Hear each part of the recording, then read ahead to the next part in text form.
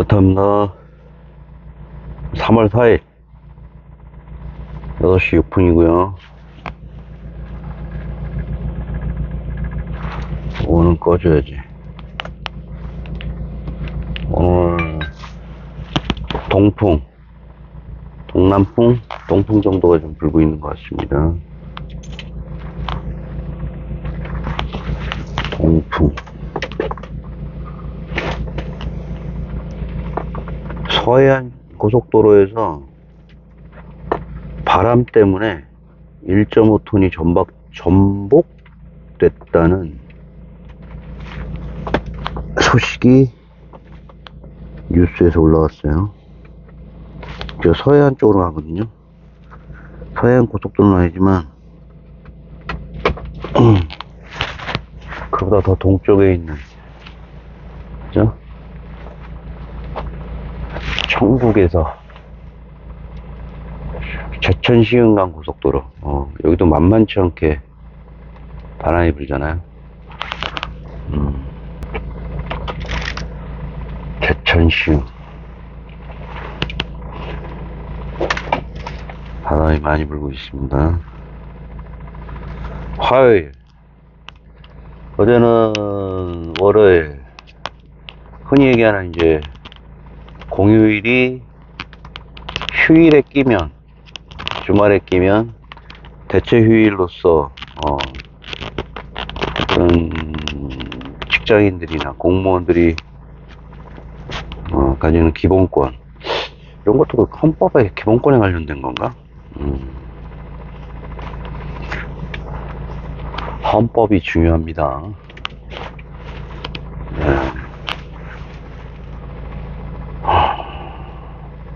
대한민국이 군사문화, 군사독재에서 전두환 이후에 헌법기관이 최고의 권한을 갖게 된 거는 아주 극적인 거였어. 그리고 불과 대한민국 역사상 헌법이 제대로 구현된 거는 87 체제?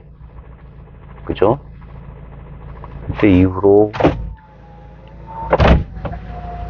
현재까지 대한민국에서 어떤 사법 입법기구보다도 더 강력한 컨트롤을 담당하고 있는 입법, 행정, 사법, 어떤 의미에서는 지금 행정부 수반이 가지고 있는 헌법적인 통치행위에 대한 부분을 일개 기관에서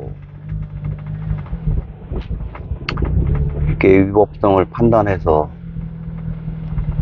인용이 되느냐, 기각을 하느냐나 판단하잖아요.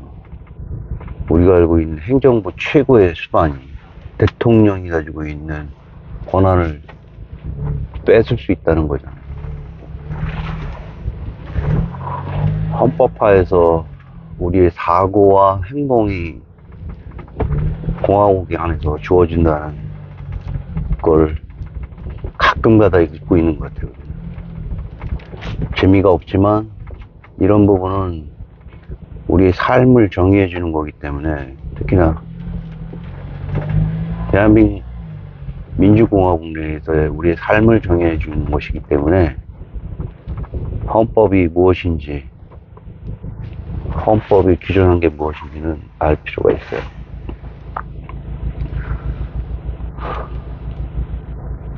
스타벅스라는 곳이 어떤 의미에서는 에스프레소 같은 경우는 뭐 4,800원, 그죠? 투샷 같은 경우는 4,700원, 디카페인은 뭐 5,000원 정도 하더라고요. 비싸죠. 근데 주말에 가끔씩 이용하는 이런 시설이 가성비 차원에서는 그렇게 높은 비용은 아니다라는 얘기를, 제 개인적인 생각입니다. 이거 제 개인적인 생각. 07시에 열거든요, 보통. 다른 곳은 07시에 여는 곳이 없어요. 이 근처에는. 07시에 어떤 가게를 열어서 음료를 제공하는 곳이 있나요? 저는 편의점 말고는 없는 걸로 알고 있어요. 편의점도 그 안에서 음료를 취식하는 거는 권하지 않는 걸로 알고 있고, 어쨌든 07시에 가보면 사람이 아무도 없어. 스태프들만 이제 7시 15분에서 20분 정도에 입실을 하게 되면 인사를 나누고, 저쪽에서는 뭐 포스 기계를 툭툭툭 해서 깨우고, 스팀 기계를 깨우고, 그죠? 뭐 원두를 분쇄하는 것도 있는 것 같고, 드라이브 스루에서는 벌써부터 손님들이 와서 그쪽에서 스피커로 오다를 주문받고, 개인적인 얘기들은 극히 없는 것 같습니다. 3월 3일에 07시 15분에 S사에 있는 분위기였어요. 제가 가는 곳에는 2층까지 이렇게 복층으로 돼 있어요. 스타벅스가. 한쪽에는 남동 방향으로 큰 유리가 배치돼 있고, 비가 오거나 눈이 오면 꽤 근사한 풍경을 제공합니다.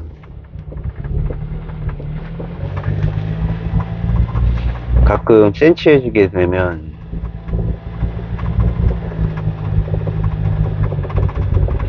한 뭉치의 눈을 가지고 제 개인적인 센치와 엮어서 조그마한 글을 쓰기도 해요.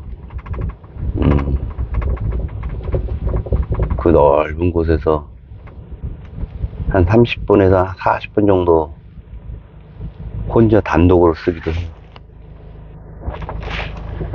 그 마호가니 나무인가요? 그게? 모르겠어. 그 미세계 그 어떻게 보면 무뚝뚝한 그 색깔이 주는 둔탁함, 그죠? 그리고 그들만의 노하우가 열려있는 고객과의 약속 중 하나인 조명.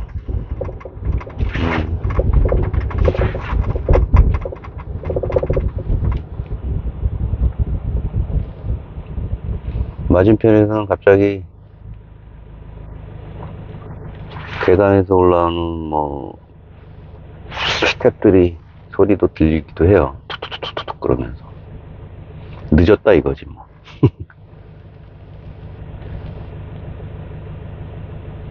스태프들이 환복할 수 있는 곳도 화장실 옆에 있는 것 같고, 최근에 읽고 있는 거는 뭐 몇 가지 책들이 있지만, 두 얼굴의 조선사, 뭐 이런 책. 두껍지만 뭐 그다지 어렵지는, 난이도가 있는 책은 아니지만 우리 바로 직전 세대인 조선의 역사에 대해서 우린 수없이 접근하고, 그 연장선상에서 문화와 역사 등을 공유하고 흡수하고, 그죠? 조선의 역사는 점점점 멀어져 가고 있는 건 사실이지만 우리의 삶을 규정하기도 해요. 어떤 의미에서는 나의 이름과 나의 직전 세대의 부동산까지도 정의를 합니다. 어떤 이들에게는. 내 지역의 배경도 바로 직전 세대 조선이라는 나라의 배경을 삼고 있잖아요. 그래서 무시 못하는 것 같아. 먼 나라 같지만.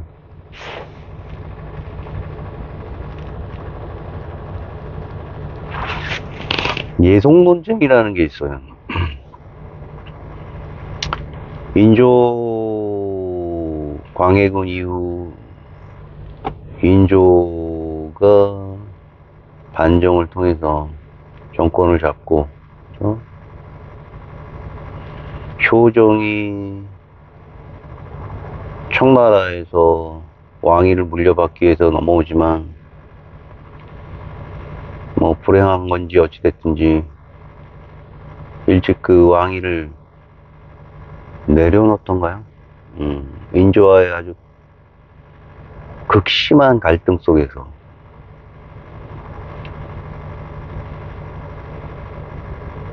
그래도 둘째인 현종께서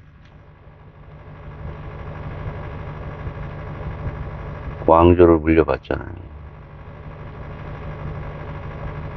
그때 둘째 아들인 현종이 서거하게 됩니다. 승하, 붕어 뭐 그런 표현을 쓰잖아요.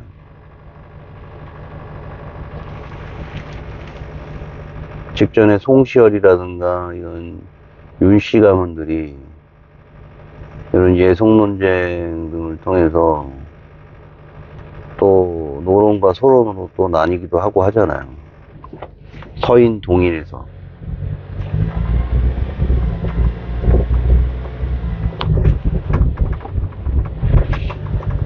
상복을 몇 개월 입는 것에 대해서 상당히 불편한 지금의 시각으로 봤을 때 둘째인 왕이 장자 경국대전에서 준하는 3년상을 입어야 되는, 장자가 죽었을 때 3년, 그 밑에 둘째가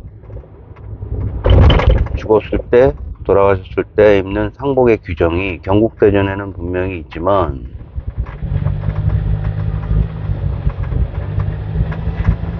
이런 부분에 대해서 신하들은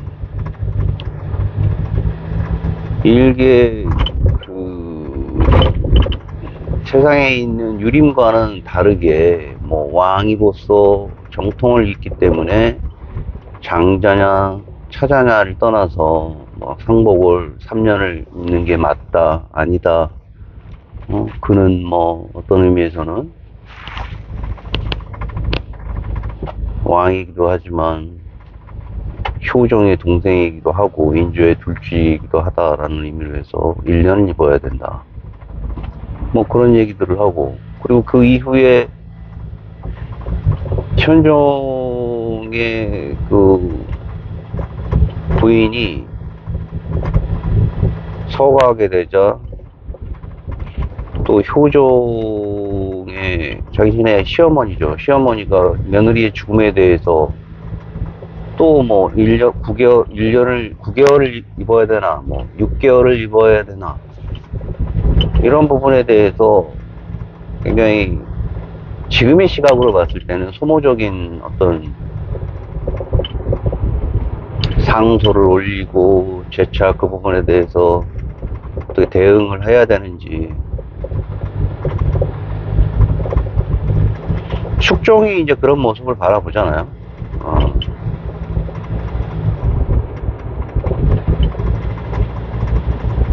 참 이해하지를 못했었는데 이번에 이 책을 접하고 뭐 생각해 봤는데 마침 그 주자의 12세기 주희라는 사람이 주자학을, 그죠? 새롭게 그 얘기라는 책에서 중용과 대학이라는 큰 틀의 어떤 춘추 전국 시대 유교, 유학에서 다루는 어떤 큰 틀의 당시 불교에 침투해 있는 거대한 중국의 동아시아의 지식인들에게 경고를 하잖아. 사회 시스템으로서의 불교가 가지고 있는 한계와 그 폐단을 좌시할 수 없었던 거지. 서웅시대의 식자였던 주희는. 그럴 때 그 불교 사찰이라든가 승들이, 불교 승들이, 상당한 권력을 쥐므로 인해서 세상을 들었다 놨다 하는 부분이 사회 정치적으로 불합리했던 거지. 불법승, 불법의 나라. 중국 송나라도 그렇고 고려도 그렇고 안 되겠다 싶은 거지. 그래서 발췌한 게 쓱 책들을 보다 보니까 얘기에 나와 있는 뭐 학위시습지라는가 뭐 주경에 나와 있는 뭐 하늘의 이치를 알고 개인이 가지고 있는 이런 욕망들을 삼가해야 된다는 얘기에 나와 있는 내용들을 부각시키잖아요. 사회 불교가 가지고 있는 어떤 윤회 사상이라든가, 그죠? 이런 부분들이 주의가 보기에는 사회관계망이 이루어져야 되는 어떤 송시대 이후의 식자들에 대해서 사회관계망이 주는 국가와의 새로운 관계가 시도돼야 된다. 불교가 가지고 있는 통맥락한 어떤 철학들에 대해서 너무 매몰되다 보니까 여러 가지 문제들이, 폐단들이 많이 생긴다는 전제하에 성리학이라는 부분을 어떻게 보면 새로 발굴해서 취사 선택을 하잖아요. 전부 다 배척할 수는 없었겠지, 불교에 대해서. 거기에 대한 뭐 수련이라든가 이런 부분은 많은 부분에서 채택을 했다고 들었고요.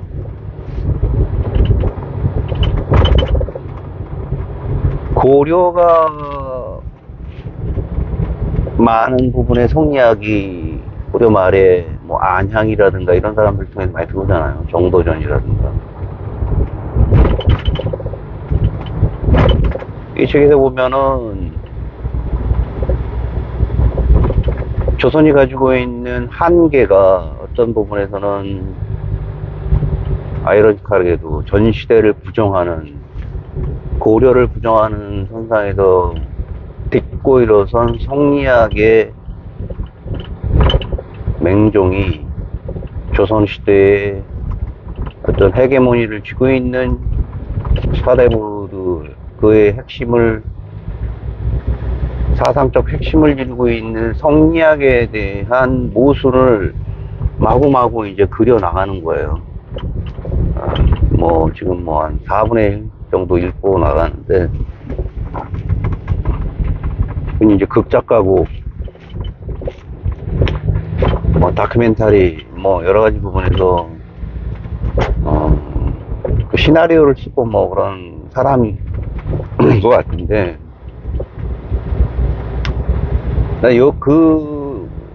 어차피 제 3월에 정해진 나의 이제 어떤 목표가 이 책이기 때문에 읽어나가고 어떤 공유하는 서클이 있기 때문에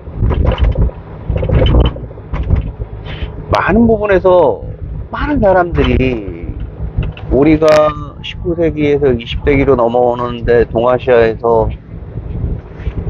상대적으로 많은 피해를 봤다고 생각을 하잖아요. 일본에 비해서 결국은 그 강남으로 가면 일본에 비해서 우리가 그렇게 수치스럽게 생각하는 일제 침략을 받은 거는 중국이나 우리나라가 일본에 비해서 뭐가 뒤지길래 이 부분, 이 부분인 것 같아요.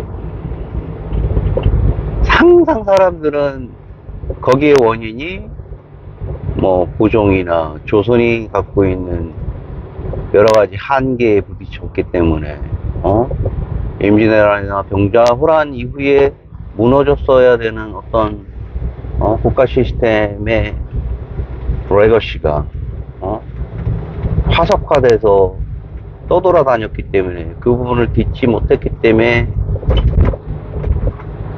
우리가 당시에 뭐 36년간의 처참한 침략을 받았고 식민지 생활을 했고 이후에 적절한 행동 대응이 안 되었기 때문에 조국에 대한 분단이 있었다. 이런 부분에 대한 원인을 찾아야 되는데 원인 우리는 그 원인에 대해서 조선을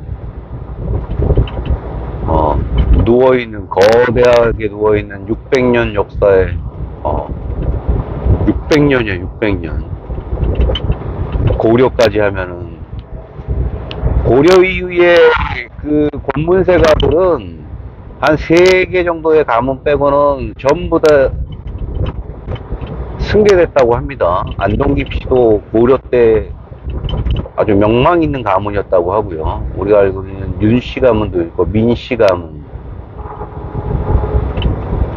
다 고려시대 때 이어져 온 조선의 승계를 받은 거지 멸족이 되지 않고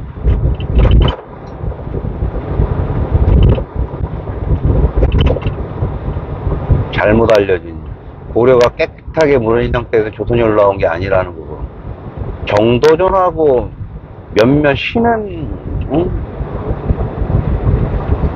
유림 이외에는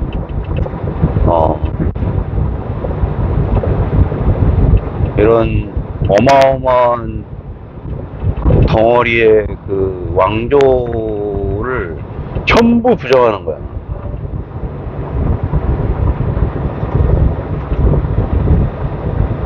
특히나 뉴라이트 같은 경우.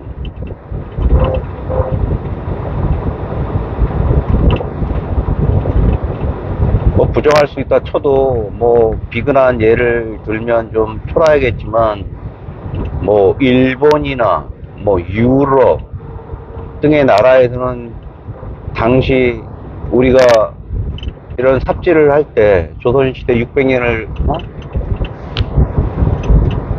거북하다면서 배척할 때 우리의 모습인데 바로 뒷모습인데 그럼 그들 문화는 찬란했냐라는 부분에 대해서는 퀘스천이에요. 상당히 거북한 문화들이 있습니다. 난 이런 조선에 대한 문화를 상당히 그 시니컬하게 다루는 학자나 작가들에게 좀 말씀드리고 싶은 거는 그거예요. 좀 입체적으로 볼 수 있는 어떤 당시 동아시아라든가 유럽이라든가 서남아시아 쪽에 이런 여러가지 정치, 경제, 문화적인 요소들을 서로 간에 입체적으로 교류해서 어떤 한 특정 인종이나 왕조가 아닌 그들이 가지고 있는 한계에 대해서 그 당시에 그럴 수밖에 없었던 서로 간의 공통성을 찾고 차이점을 찾아야지. 그러면은 뭐 유럽, 영국, 프랑스, 뭐 오스만 이런 쪽의 나라들은 영광만 있었습니까? 인권도 그렇고 그건 아니라고 항상 나는 그런 게 아쉬웠어. 그러다 보니까 그런 게 식민사일 수도 있어요. 흔히 얘기하는 내 스스로에 대한 자학만 하게 되고 자꾸 뭐 우리나라 문화에 대해서 폄하하게 되는 거지.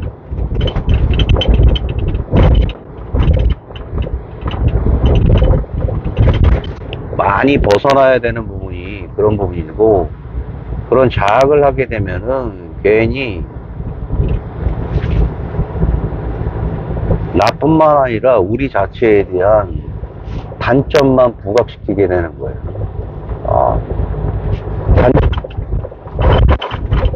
그렇다고 해서 뭐 장점만 있었겠냐, 단점이 있었기 때문에 그렇게 뭐 멸망했겠냐마는 꼭 그렇지만은 않을 거라고 생각합니다. 그리고 다른 나라하고 입체적으로 비교했을 때는 그렇게 얘기하잖아. 저 에스사모글로 교수가 제가 가끔씩 얘기하는 MIT 공대에서 베런 에스사모글로 교수가, 경제학 교수가, 석좌 교수가 이런 어떤 민주주의가 가지고 있는, 어떤 권력이 가지고 있는 행보가 어떤 나라에서는 똑같이 운영되는데 어떤 나라는 잘 살고 어떤 나라는 그런 부분에 대한 인민들에게 구현할 수 있는 행복신이에 기여하지 못한 부분에 대한 그런 여러 가지 가설들을 증명해내잖아. 결국 국민들이 선택한다는 거지. 국민들이 깨어서 일어나고.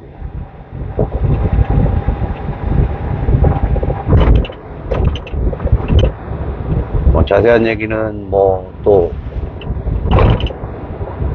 할 기회가 있겠지만, 근데 직전 세계에 대한